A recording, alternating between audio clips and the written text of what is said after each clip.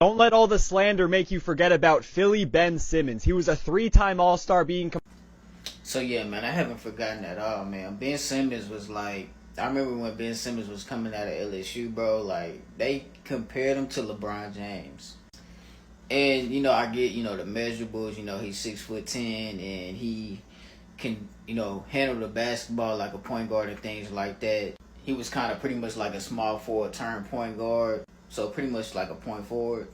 But he's considered a point guard, and, Ben Simmons was like a really big young prodigy coming out of LSU. And I've always been optimistic about Ben Simmons, bro, because there's been a lot of, point guards that come before Ben Simmons that pretty much had the same struggles, about shooting the basketball. Ben Simmons is a really good two-way player. And, the things that's been going around about Ben Simmons' departure from Philly, or, even the past 2 years, is that, Ben Simmons' back has been injured or he's been hurt.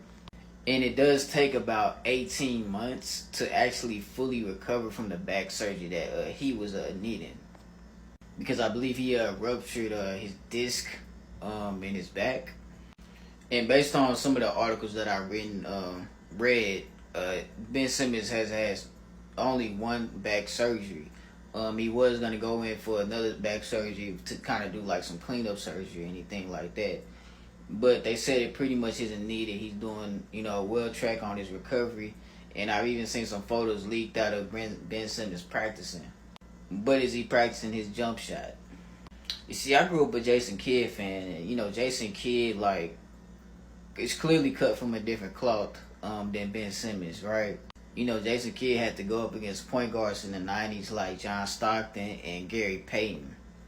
And most definitely, not only is, Jason Kidd one of the best passers and floor generals and pure point guards of all time, he's also a pretty good defensive point guard as well.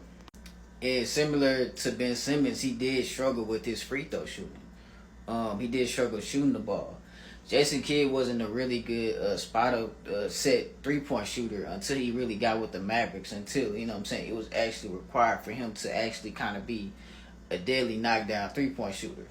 But, Jason Kidd had his woes at the free throw line as well early on in his career, but he eventually progressed and got past those things.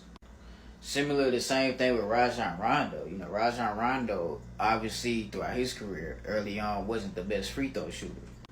But, similar to Jason Kidd, he eventually got over it. And, of course, he played with, players like Paul Pierce and KG that was going to hold him and check him.